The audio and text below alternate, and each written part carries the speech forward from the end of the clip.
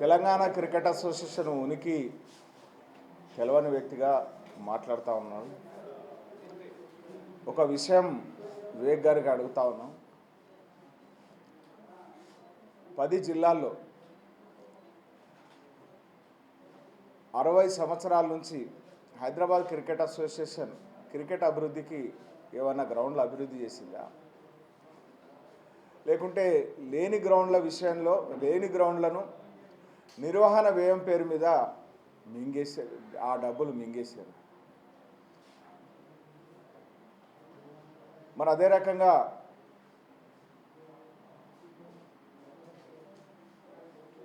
$600 కోట్లు క్రికెట్ అభివృద్ధి కోసం board of cricket control India ఇచ్చినటువంటి డబ్బులు మింగేసినటువంటి ఆరోపణలు ఎదుర్కొంటున్నారు మీరు.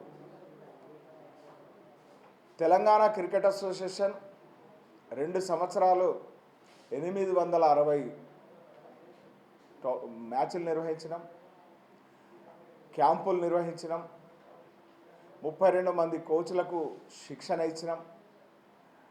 మరి అదే రకంగా చిత్తశుద్ధితోని నైపుణ్యాన్ని ఆధారంగా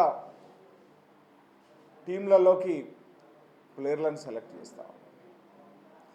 మీరేమో డబ్బు ఆధారంగా టీంలో సెలెక్షన్ చేస్తున్నటువంటి దుస్థితి ఉన్నది, అవినీతి తాండవిస్తూ ఉన్నది.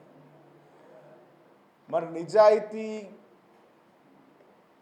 కలిగి సుప్రీంకోర్టు ఏదైతే వినోద్ రాయ్ నేతృత్వంలో బీసీసీఐకి పర్యవేక్షణ కమిటీ ఏర్పాటు చేశారో, ఆ పర్యవేక్షణ కమిటీ ముందు, ఆ అడ్మినిస్ట్రేటివ్ పాలక మండలి ముందు మీ అవినీతి భాగోతం చిట్టా పూర్తిగా ఉన్నది.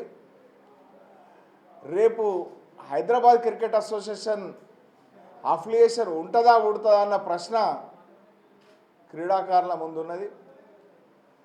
అదే సమయంలో క్రికెట్ అభివృద్ధి లక్ష్యంగా, క్రీడాకారుల నైపుణ్యాన్ని స్థానపెట్టేటువంటి లక్ష్యంగా టీసీఏ నిర్వహించినటువంటి ప్రోగ్రాం అంతా కూడా బీసీసీఐ ముందుంది. తప్పనిసరిగా నిజాయితీకి గెలుపు, అవినీతికి అదుపు అనేది జరుగుతుంది. టీసీఏ విషయంలో మీకు మరి దిమ్మ తిరిగే నిర్ణయాలు వస్తాయని చెప్పి నేను తెలియజేస్తాను. తెలంగాణ క్రికెట్ అసోసియేషన్ ఇది తెలంగాణ క్రికెట్ అసోసియేషన్ తెలంగాణ రాష్ట్రం అంతటా తెలంగాణ జిల్లాల్లో పనిచేయడం మొదలుపెట్టి ఇప్పటికీ 3వ సంవత్సరం. ఇప్పటివరకు మేము 860 వివిధ రకాలైన మ్యాచ్లు, అంటే వేరియస్ ఫార్మాట్స్, T20 నుంచి మొదలుకొని 3 డే వరకు వేరియస్ ఫార్మాట్స్లో, అండర్ సెక్షన్ నుంచి సీనియర్స్ వరకు వేరియస్ కేటగిరీస్లో ఒక సిస్టమ్, లీగ్ సిస్టమ్, ఒక టోర్నమెంట్ సిస్టమ్ ప్రకారము మొన్న జరిగిన జీవీకే అండర్-19 కప్ వరకు 860 మ్యాచ్లు నిర్వహించడం.